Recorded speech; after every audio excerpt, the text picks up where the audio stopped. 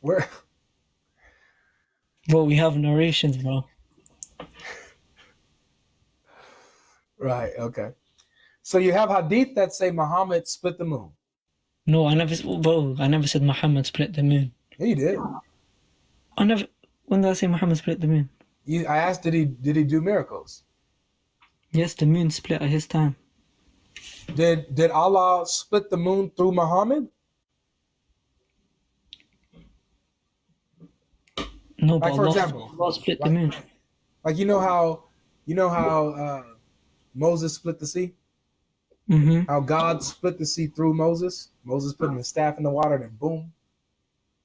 Did Mm-hmm. so did God use Muhammad to split the moon? Like did Allah tell Muhammad, hey man, raise your hands to the sky and the moon will be and I'll split the moon, as a sign. Like did he do that? Anything like that? Honestly, I don't know. The answer is no. The Quran is clear, bro. The Quran says that Muhammad is just a warner. That's it. He's just a warner. And it actually goes even further. This is chapter 17, verse 59. It says, we refrain, this is what Allah speaking.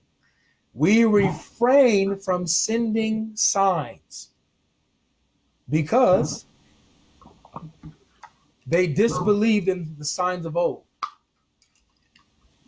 So Allah says in the Quran, we're not going to give these people a sign because they disbelieve the signs of the past through the other prophets. So we're not going to give Muhammad a sign. These people don't deserve it. They'll just disbelieve anyway. But you're just a warner. So the Quran says Muhammad didn't do any miracles.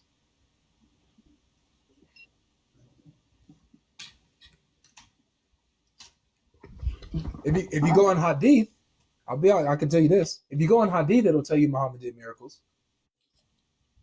But then you have a problem.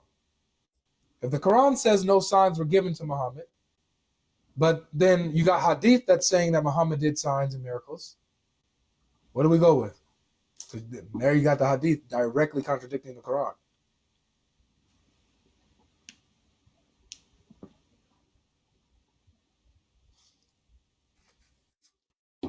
You know what I'm saying?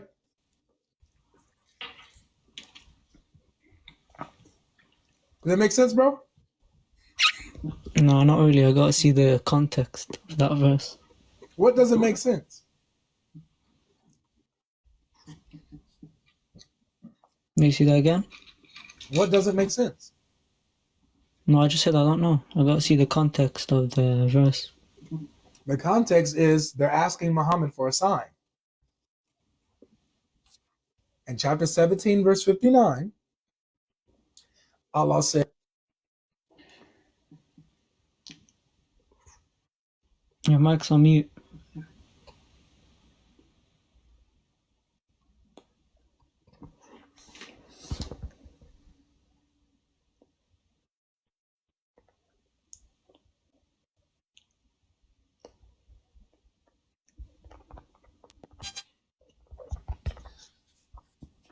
the verse says in 1759, we refrain from sending signs.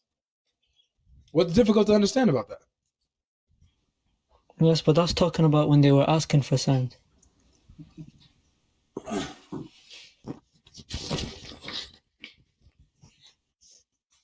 So if Allah doesn't give him a sign and says that he's just a warner, what does that tell you? Did he perform miracles or not? Yes, but that verse is talking about when they were asking for signs. This is crazy. Y'all's Quran will say something very clear, and then you guys will literally go against it. Yes. What is that? Is there like something in y'all's drink or something?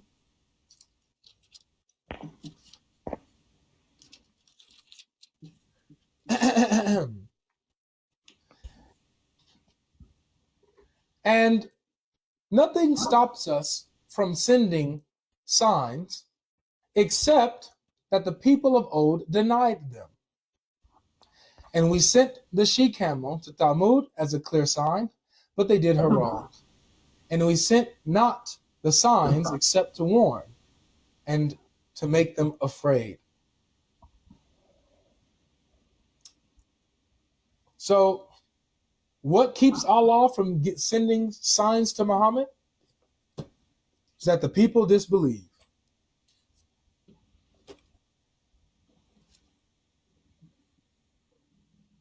Nowhere in the Quran is Muhammad a miracle worker. Matter of fact, all over the Quran, Muhammad is just a warner. Allah didn't send any signs to him. They even go so far to say, why hasn't anything come down to you like that of Moses? Why hasn't nothing come down to you like Moses did? Moses received miracles. We saw, God appear to Moses. So Muhammad's not even a prophet like Moses. Out goes Deuteronomy 18, huh?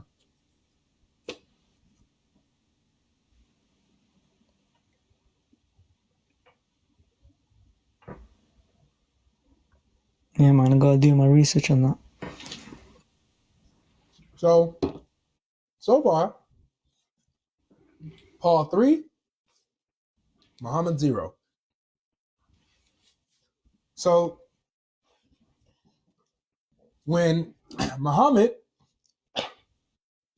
has no witnesses to his revelation, no witnesses and no approval by other messengers or apostles, Muhammad doesn't have any miracles to prove that God is with him. And Muhammad has a lot of worldly things to gain, money, women, power. He gets a lot of benefits in his prophethood, while Paul doesn't. Here's another thing. Did you know that Muhammad was bewitched? Yeah.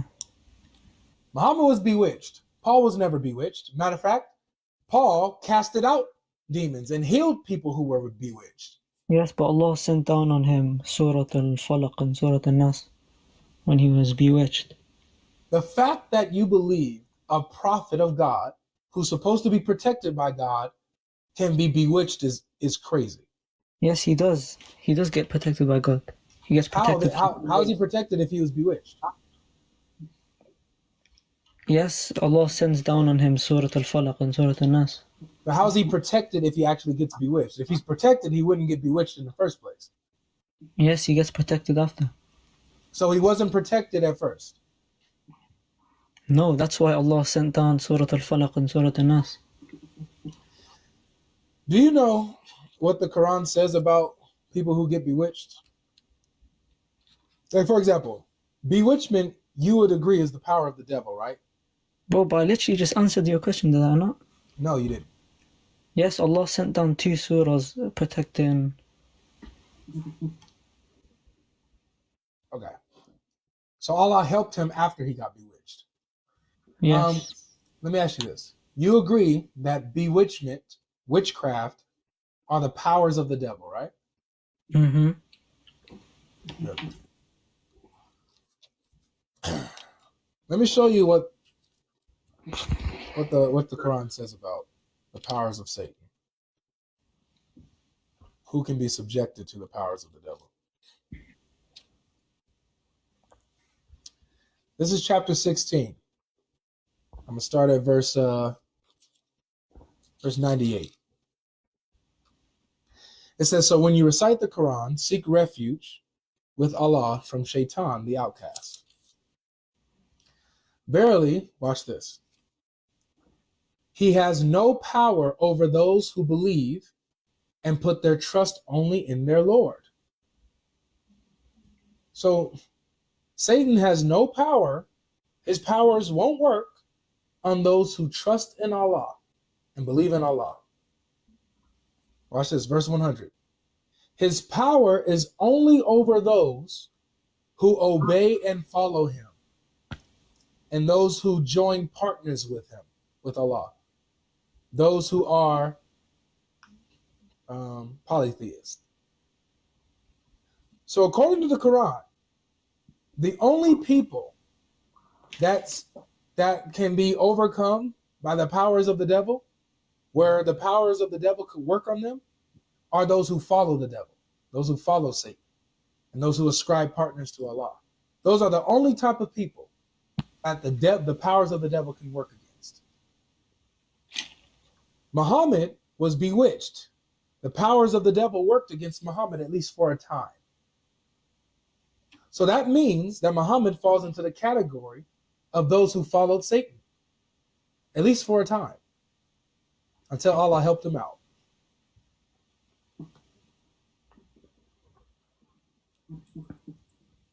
Wait, what chapter was that? Chapter 16. Chapter 16. Verse 98 to 100.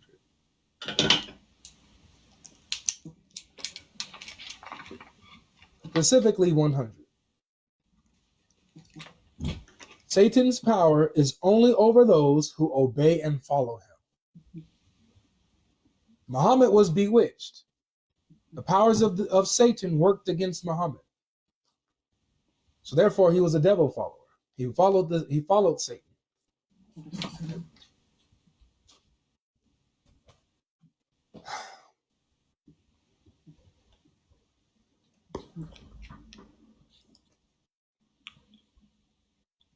What's that, 5? Muhammad's 0 for 5 right now against Paul.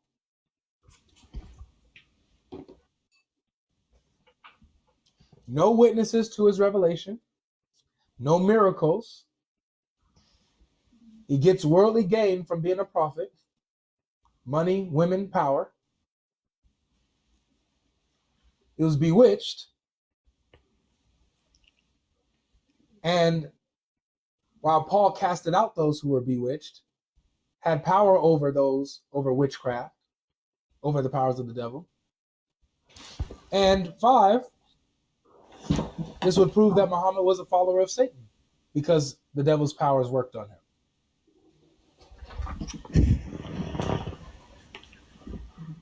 him. Muhammad doesn't compare to Paul.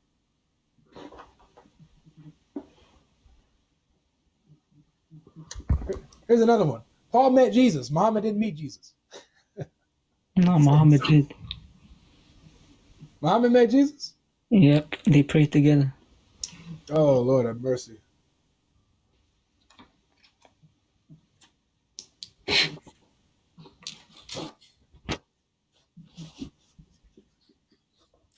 Wait, but didn't Paul see Jesus as a light? And then in the Bible it says the Satan disguises as a light. No, he didn't see Jesus as a light. He saw a light that blinded him. When he saw him, but he met Jesus. Same thing. No, it's not.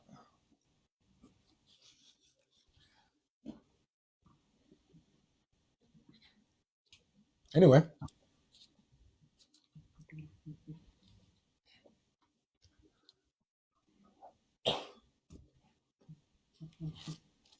So, do you see how Muhammad has nothing on Paul, bro?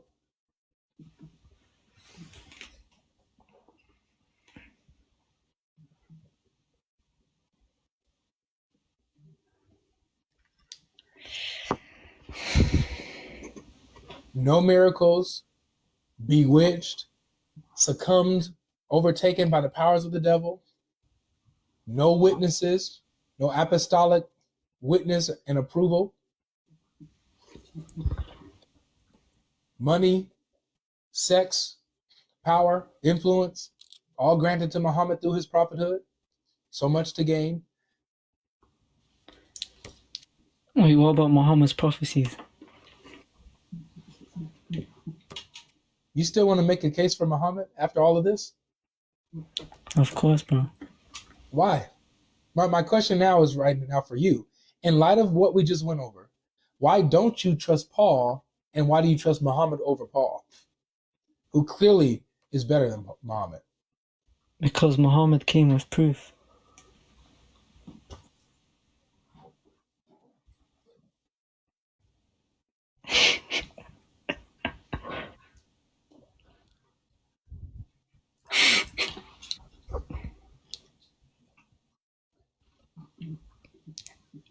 Bro, Muhammad came with the Quran, he came with prophecies. And Paul came with quite a few books in the New Testament. He came with prophecies, miracles. Okay, but I thought only God knows the knowledge of the unseen. So, Oh, you just prove that Jesus is God because Jesus says in your Quran that he knows the unseen. if God could give him the knowledge of the unseen. Oh, okay.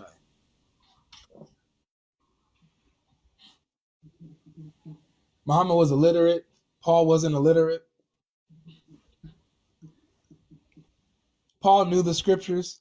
Muhammad didn't know the scriptures, never seen them because he was illiterate. I got a genuine question for you. How do you think Muhammad prophesied the stuff he did? He didn't. He didn't prophesize nothing. Can we keep going? Yes, he predicted the headphones. You said that with a smile. Ah, Muhammad predicted headphones. Yeah. You know what he also said? He also said that sperm will survive within the womb for 40 days and 40 nights before it becomes a child. Before it becomes to before it's Oh, supposed to develop. bro, where do you get that from, bro? You just made that up. You're right, I made it up. Where is it saying on the Quran? That's not in the Quran, bro. No, I made it up, bro. I made it up. But if he did say that, like that would be like crazy, wouldn't it? That would show that he's false, right? Did you not just say Quran? No, I didn't say Quran. I said Muhammad said. Oh, my bad, my bad.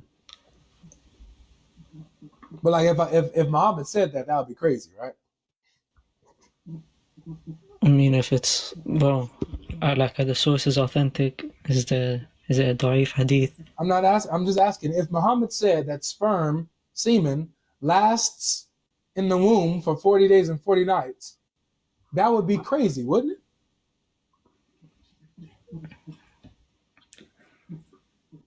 I don't know, would it? Bro, I'm not a scientist, bro. And clearly neither was Muhammad.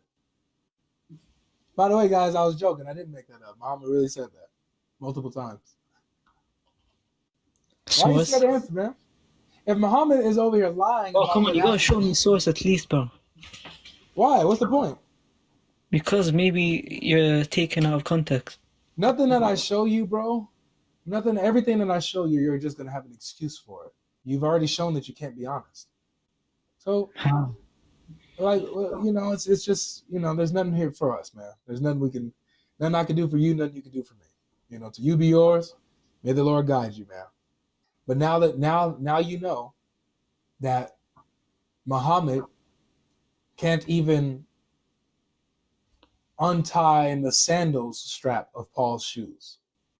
He's not worthy. Now you know.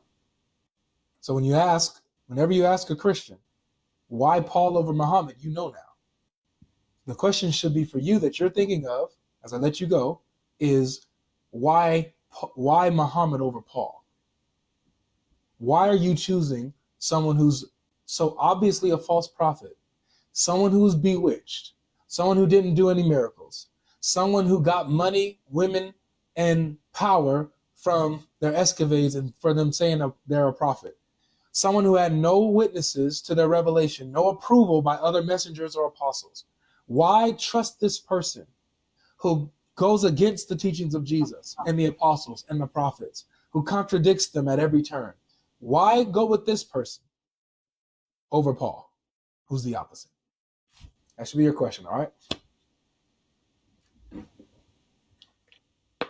Take care, bro.